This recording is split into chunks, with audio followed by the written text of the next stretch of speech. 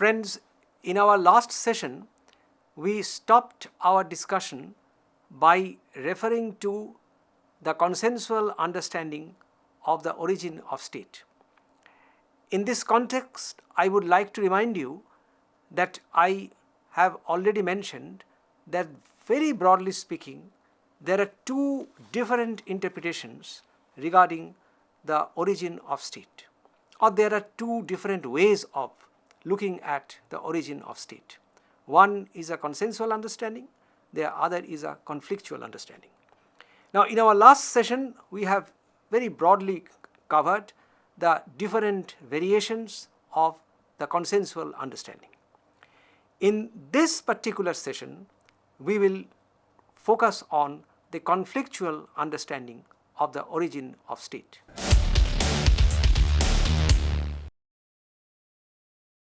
Now, so far as the conflictual understanding relating to the origin of state is concerned, you can guess from your common sense that conflictual, that means conflict related understanding or explanation of state in the light of the notion of conflict that involves the idea of force or violence.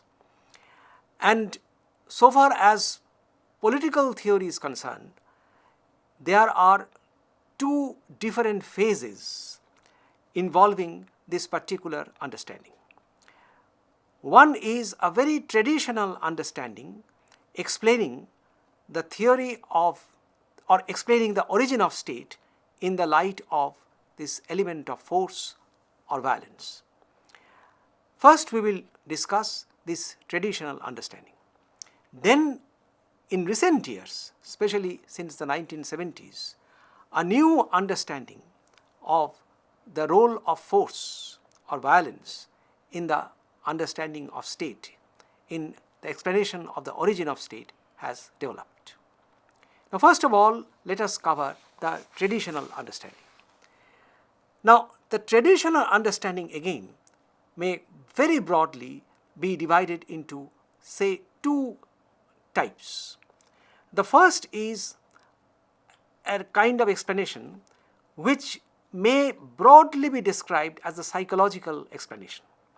The psychological explanation argues that man is by nature instinctively violent, fierce, inclined to use force, and that in a way perhaps went into the making of the state itself being an expression of force, violence and might. So this is one explanation, that is a psychological explanation. There is, however, a larger explanation, a more convincing explanation, that is known as the historical explanation.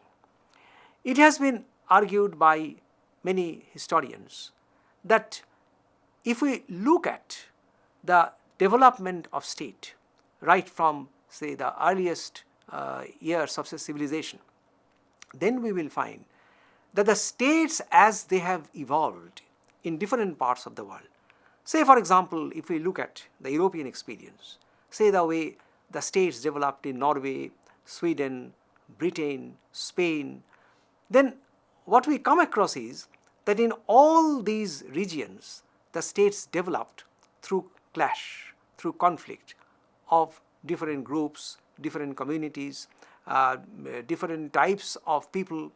So it is this element of force, it is this element of violence which went into the making of state. So this is one explanation. That is, as I said, the traditional explanation can be divided into two categories. One is the psychological explanation, the other is the historical explanation. But so far as the historical explanation is concerned, well, this is one explanation, mainly provided by the historians.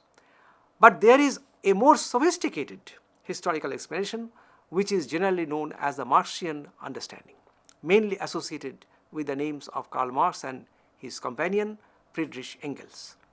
Now, the Marxian understanding suggests that state, well, it has been always an instrument of violence because state is based on the element of force.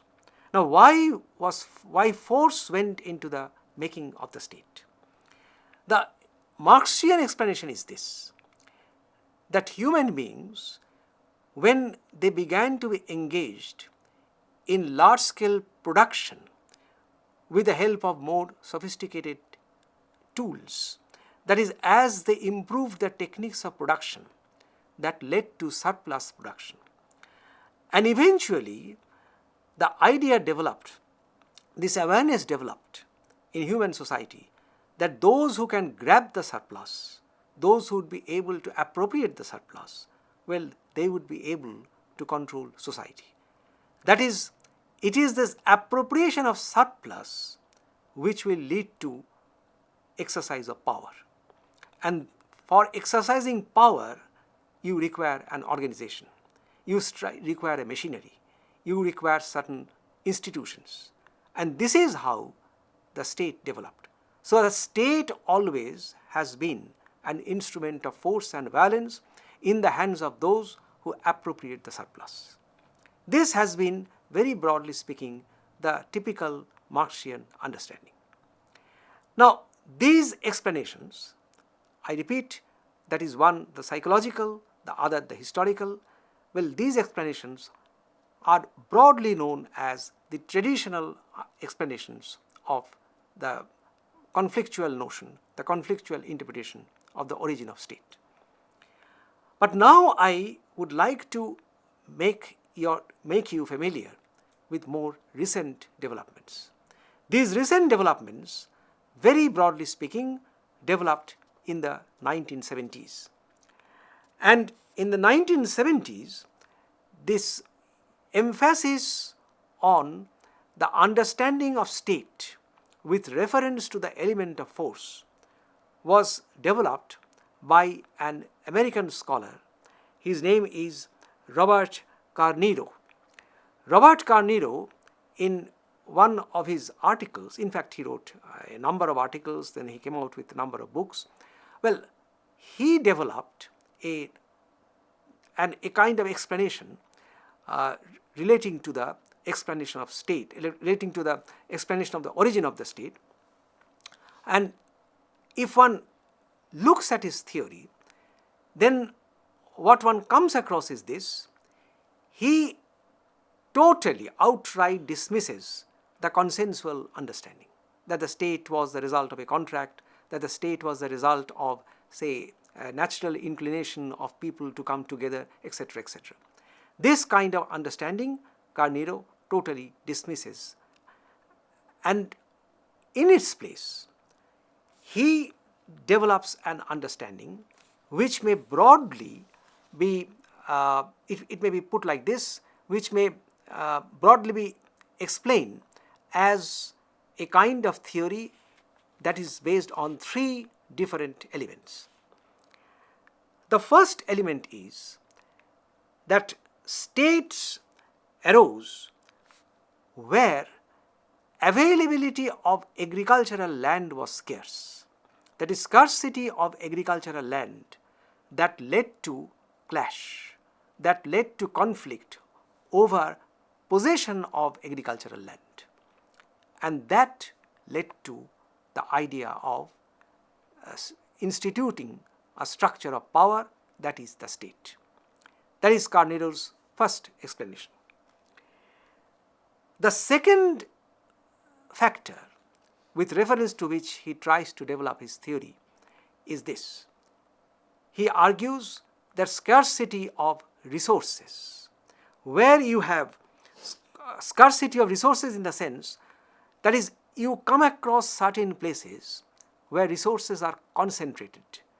Now you have, say, several groups located in one place, several communities located in one particular place.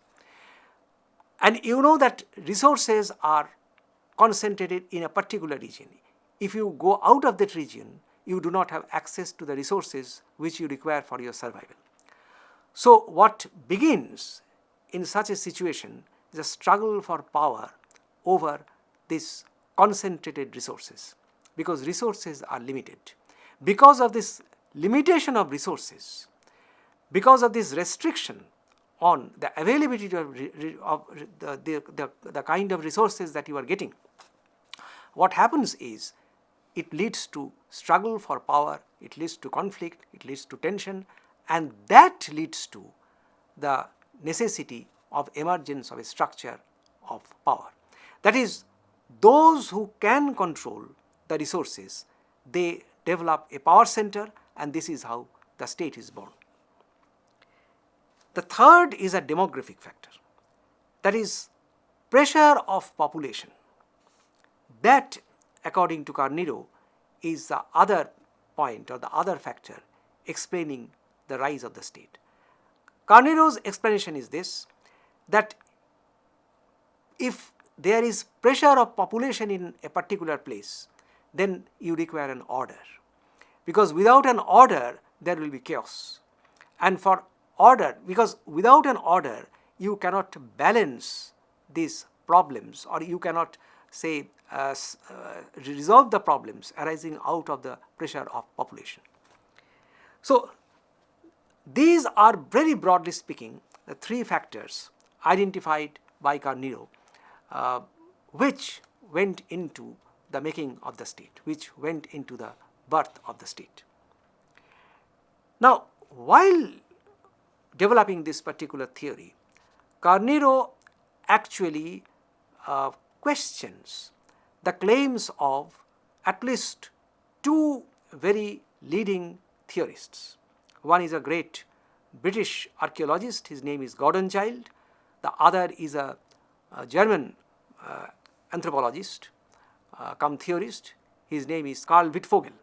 Karl Wittfogel, in 1957, he developed a particular theory, and Gordon Childe, he also had developed a theory.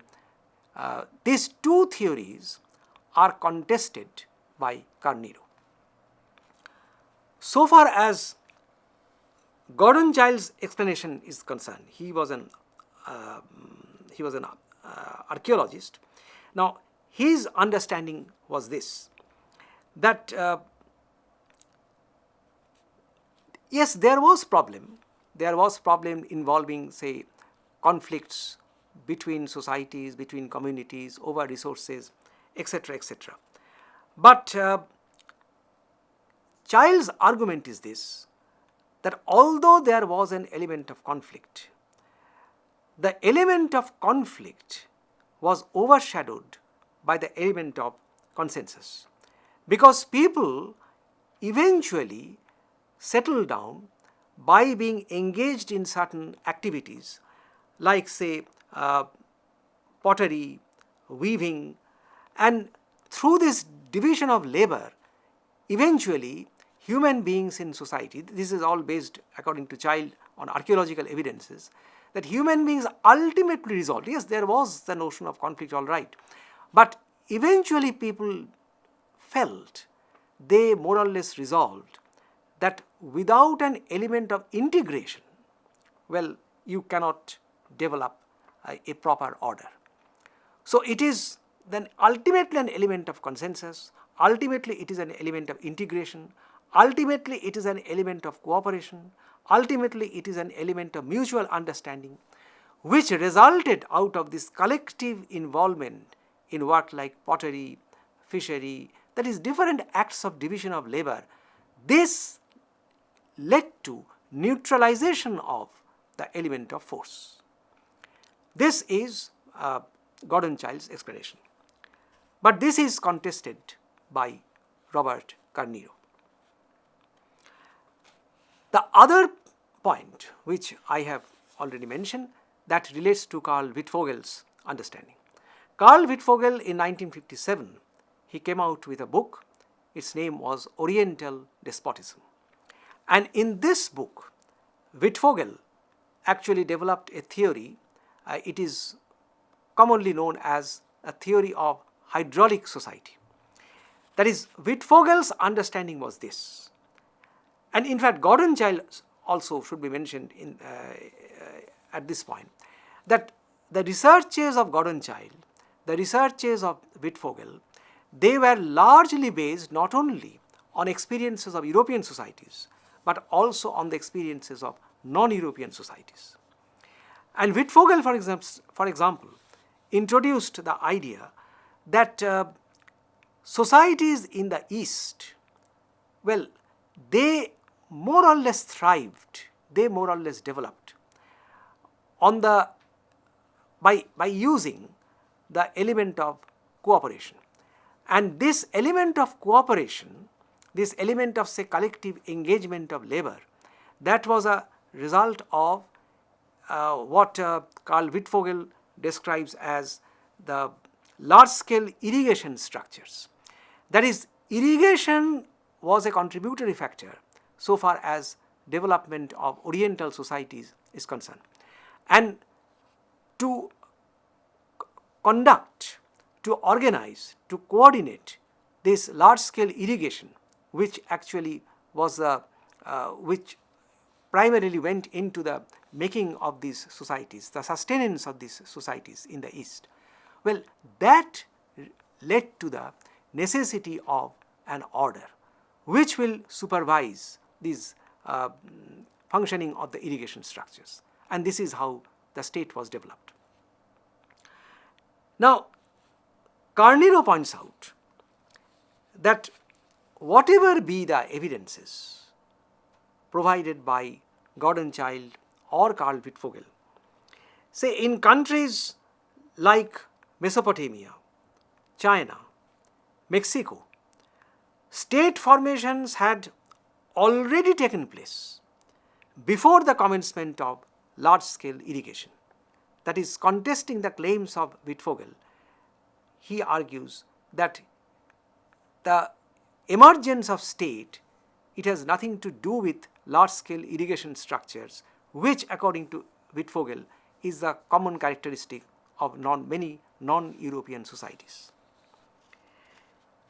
This particular theory of Carnero, this is now known as the circumscription theory.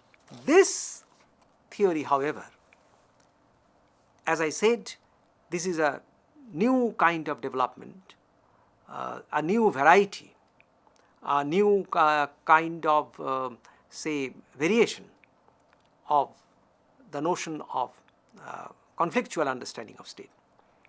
So, as I was saying, this particular theory of Carnero, which is known as circumscription theory, this theory was questioned.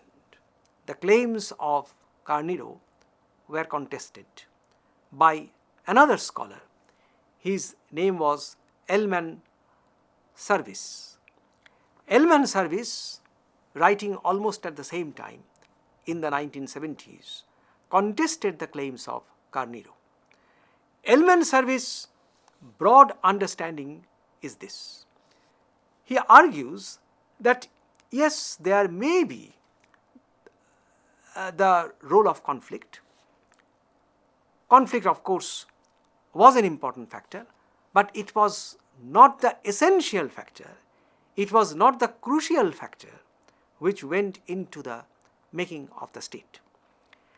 Because he argues, and it's a very interesting argument, according to M10, right from the very beginning, in the different communities, in the different groups, there was a kind of understanding that we have to maintain some kind of order in our society. That order in our society has to be maintained by obeying, by observing certain norms, certain rules, certain code of conduct. These norms, these rules, certain code of conduct, well, this is shared by the people living in that community. So there is a kind of consensus that if we have to live properly, if we have to survive properly, then we have to develop a kind of order which will be based on certain norms, certain values, certain principles, certain ideas shared by our community. This actually, M10 points out, was the foundation of law. Law is nothing but a code of conduct. And this code of conduct is something which is shared by the community. So according to M10 service, this idea went into the making of the state. Eventually, when we come across the modern state with its institution of bureaucracy, law, etc., etc.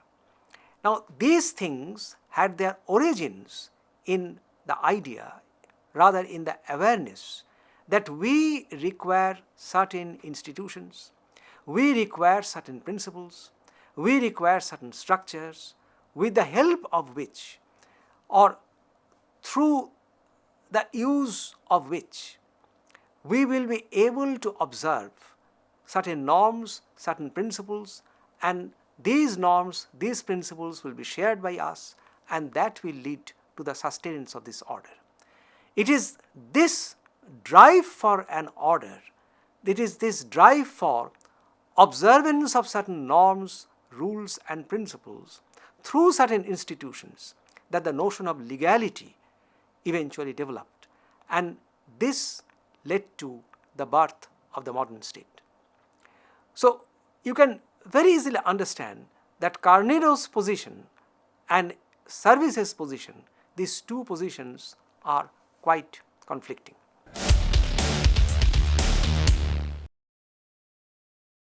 By way of concluding remarks, I would like to focus on two things.